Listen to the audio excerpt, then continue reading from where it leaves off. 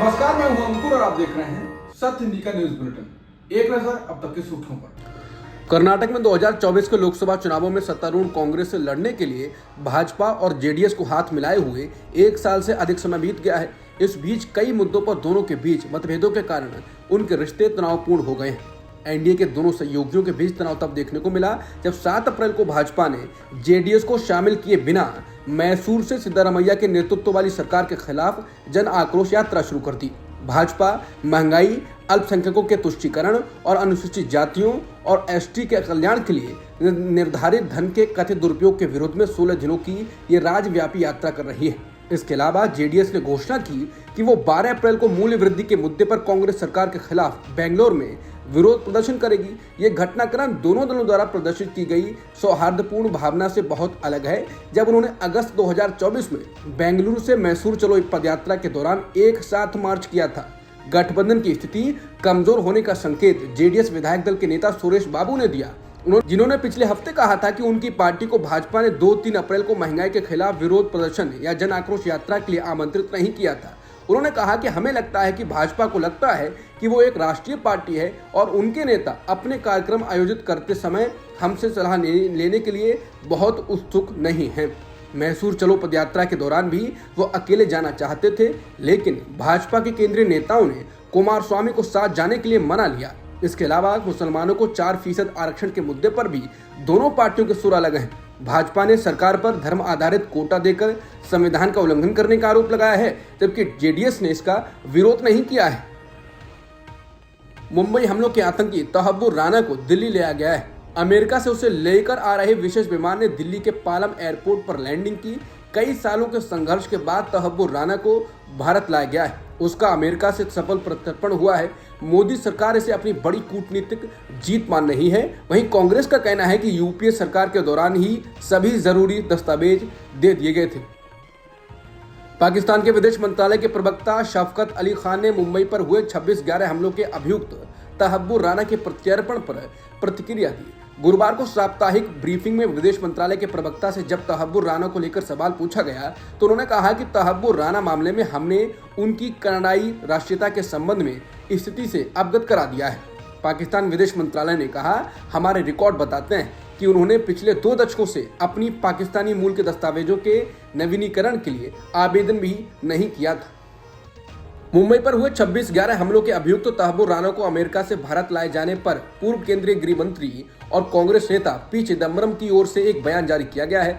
बयान में केंद्र की मोदी सरकार पर तहब्बुर राना के प्रत्यर्पण का श्रेय लेने का आरोप लगाया गया है। बयान में कहा गया है कि मुझे खुशी है कि 26/11 मुंबई आतंकी हमलों के मुख्य आरोपियों में से एक तहब्बुर हुसैन राना को 10 अप्रैल 2025 को भारत प्रत्यर्पित कर दिया गया है, लेकिन पूरी कहानी बतानी जरूरी है।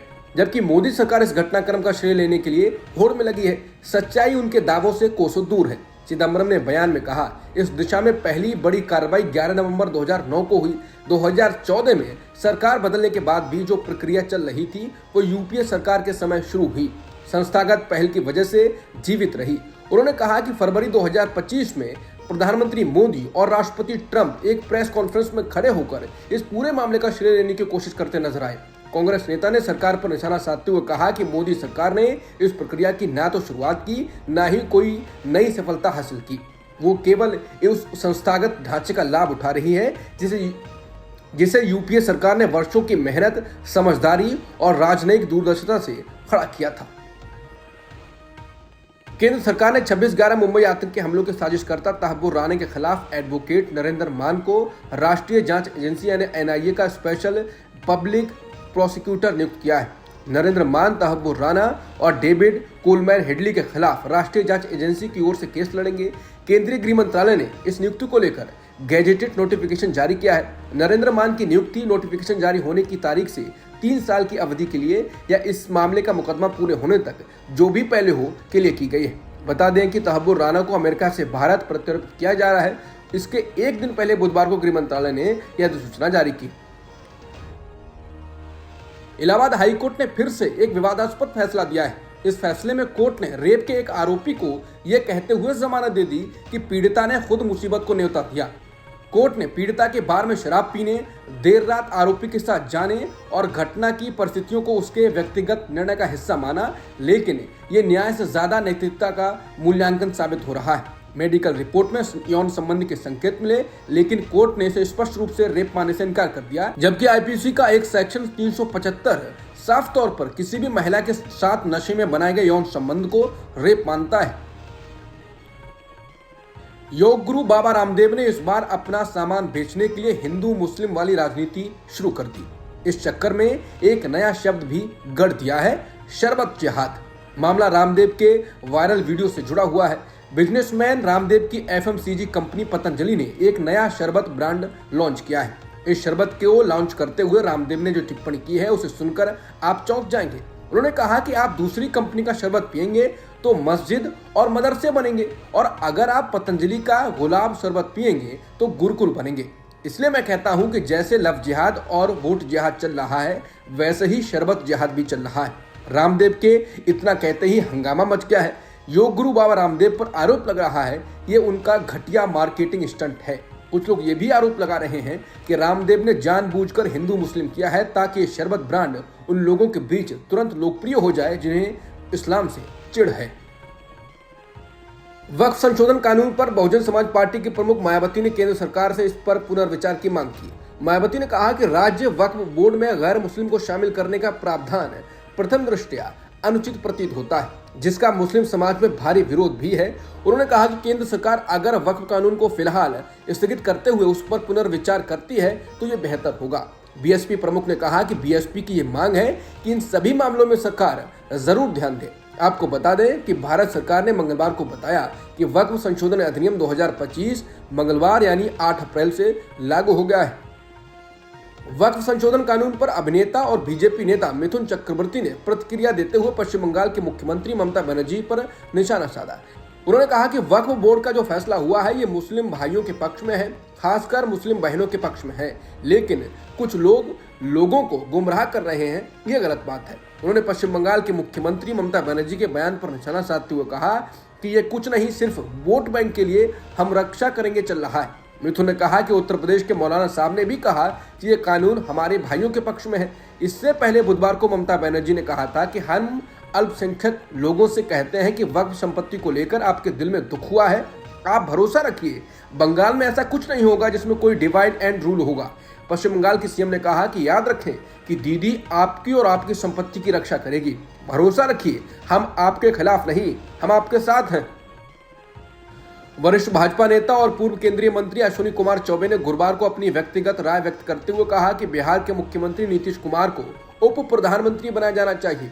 केंद्र में जाने से पहले नीतीश कुमार के मंत्रिमंडल में रह चुके भाजपा नेता ने पत्रकारों से बात करते हुए कहा कि वो जदयू सुप्रीमो को दिवंगत जगजीवन राम के बाद बिहार से दूसरे उप प्रधानमंत्री के रूप में देखना चाहते हैं। दिल्ली के मुख्यमंत्री रेखा गुप्ता द्वारा समाजवादी पार्टी प्रमुख अखिलेश यादव को टोटी चोर कहे जाने पर सियासी तूफान खड़ा हो गया है। इस विवादित बयान के बाद यूपी समेत देश भर में सपा के कार्यकर्ताओं का गुस्सा फूट पड़ा है। सपा की महिला विंग ने इस बयान की कड़ी निंदा करते हुए विरोध प्रदर्शन किया। पार्टी की महिला सभा ने दिल्ली के मुख्यमंत्री रेखा गुप्ता के खिलाफ कार्रवाई की मांग की। इस दौरान महिला सभा की पदाधिकारी और कार्यकर्ता कलेक्ट्रेट में जिला अधिकारी को ज्ञापन देने पहुंची और सपा के सदस्यों द्वारा सीएम रेखा गुप्ता का पुतला भी फूंका गया। पीटीआई के मुताबिक राजभवन के पास बिना अनुमति के प्रदर्शन करने और पुलिस के साथ हाथापाई करने के आरोप में समाजवादी पार्टी के 21 लोगों के खिलाफ एफआईआर भी दर्ज की गई। डोनाल्ड ट्रंप ने फिर से अपना ट्रंप कार्ड खेल दिया है। बुधवार को एक धमाकेदार ऐलान करते हुए उन्होंने चीन पर टैरिफ को 125% तक बढ़ा दिया। वजह, ट्रंप का कहना है कि चीन ने विश्व बाजारों को ठेंगा दिखाया है। लेकिन रुकिए, कहानी में ट्विस्ट अभी बाकी है। 75 से ज्यादा देशों को ट्रंप ने 90 दिन की छूट दे दी है और सिर्फ 10% टैरिफ ही लगाने की बात कही है। इन 75 देशों में वो देश शामिल हैं जिन्होंने ट्रंप के हालिया टैरिफ पर जवाबी टैरिफ की घोषणा नहीं की है। तो क्या ये वैश्विक व्यापार का नया खेल है? भारत के लिए क्या मायने रखता है ये सब? चीन के विदेश मंत्रालय की प्रवक्ता माओ निंग ने सोशल मीडिया पर कहा है कि चीन पीछे नहीं हटेगा। उन्होंने कोरिया युद्ध के दौरान चीनी कम्युनिस्ट पार्टी की पूर्व नेता माओ से तुंग का एक पुराना वीडियो पोस्ट किया। इस वीडियो में माओ अमेरिका से कह रहे हैं कि चाहे युद्ध कितना भी लंबा क्यों ना चले, हम कभी झुकेंगे नहीं। वीडियो शेयर करते हुए माओ निंग ने लिखा, हम चीनी हैं, हम उकसावे से नहीं डरते, हम पीछे नहीं हटेंगे। अमेरिका और चीन के बीच टैरिफ वॉर जारी है। इस दौरान ऑस्ट्रेलिया ने चीन के उस प्रस्ताव को ठुकरा दिया है जिसमें चीन ने अमेरिकी राष्ट्रपति ट्रंप की टैरिफ नीति के खिलाफ संघर्ष में साझेदारी की पेशकश की थी। आपको बता दें कि ऑस्ट्रेलिया में चीन के राजदूत शियाओ कियान ने गुरुवार को एक लेख में ऑस्ट्रेलिया से सहयोग की अपील करते हुए कहा था कि मिलकर विरोध करना ही अमेरिका के वर्चस्ववादी और धमकाने वाले व्यवहार को रोकने का ही एकमात्र तरीका है। हालांकि ऑस्ट्रेलिया के प्रधानमंत्री एंथनी अल्बनीज ने कहा है कि ऑस्ट्रेलियाई लोग अपने लिए बोलेंगे, जबकि रक्षा मंत्री ने कहा कि उनका देश चीन का हाथ नहीं पकड़ेगा। चेन्नई सुपर किंग्स के कप्तान ऋतुराज गायकवाड़ चोट के कारण आईपीएल से बाहर हो गए हैं। अब उनकी जगह चेन्नई के पूर्व कप्तान महेंद्र सिंह धोनी कप्तानी करेंगे। न्यूज एजेंसी एनआई और पीटीआई के मुताबिक गायकवाड़ कोहनी में फ्रैक्चर के चलते पूरे टूर्नामेंट से बाहर हो गए हैं। चेन्नई के बाकी मैचों में एमएस धोनी कप्तानी की कमान संभालेंगे। चेन्नई सुपर किंग्स के कोच स्टीफन फ्लेमिंग ने गुरुवार को इसकी पुष्टि की। अब तक की खबरों में इतना ही। बाकी खबरों के लिए बने रहिए सत्यहिंदी.com के साथ।